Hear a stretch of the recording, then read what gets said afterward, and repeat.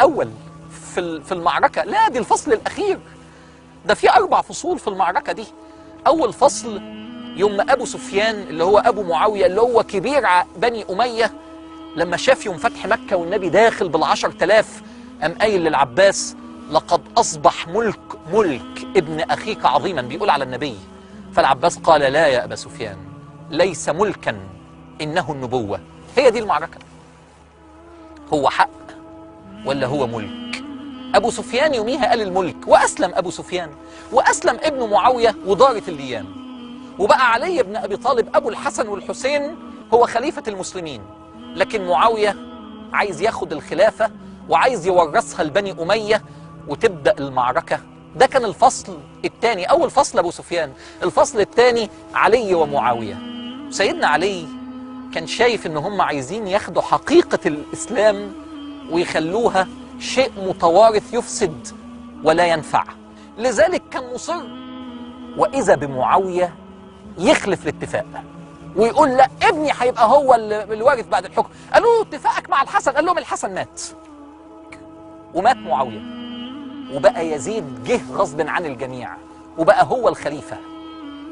وإذا بالحسين يرفض ويقول لا، لازم حد يقف ويقول لا، الحق حق، أنا مش عايز الخلافة وأنا مش عايز أحارب، بس أنا لازم أطلع صوتي وأقول الحق حق.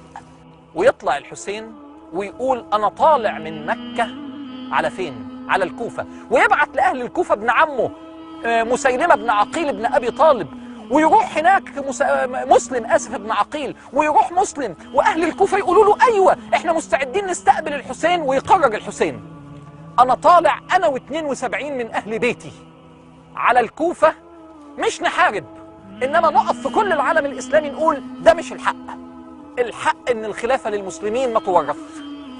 يزيد بن معاوية عرف إن سيدنا الحسين هيتحرك، فأرسل أفجر واحد على وجه الأرض، واحد اسمه ابن زياد، ولا في أسوأ من كده، ووعده وعود كبيرة إن هيوليه كذا وكذا وكذا. قال له أنت مسؤول عن الكوفة، تروح هناك عشان تمنع حضور الحسين، إن شاء الله لو دعا الأمر إنك تقتله.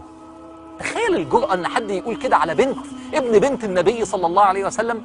يطلع ابن يزيد يوصل إلى الكوفة يقتل مسلم اللي هو ابن عم الحسين اللي هو من آل البيت أيضا، مسلم ابن عقيل ابن أبي طالب. يا جماعة اوعوا تفتكروا إن الحسين كان ساذج.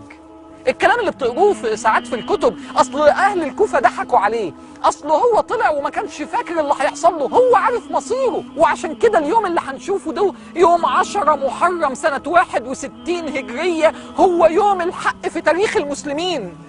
والحسين ماشي جاله الخبر ان مسلم ابن عقيل ابن عمه قتل، ما كانش يعرف. طب اهله هيروحوا فين؟ طب هيدخل فين؟ هيروح فين؟ طب يرجع؟ لا ما يرجعش.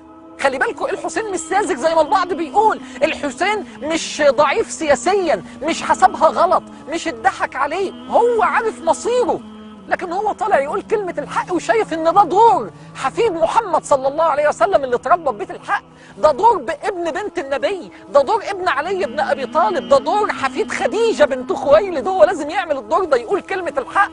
لا ما يتورث الملك في أمة محمد، فداخل بهذه النية.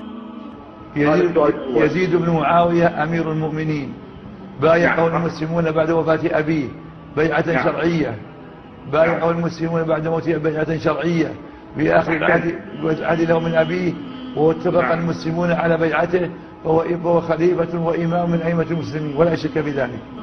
فابن زياد يقول له إما أن يبايع يزيد بن معاوية أو تقطع رقبته.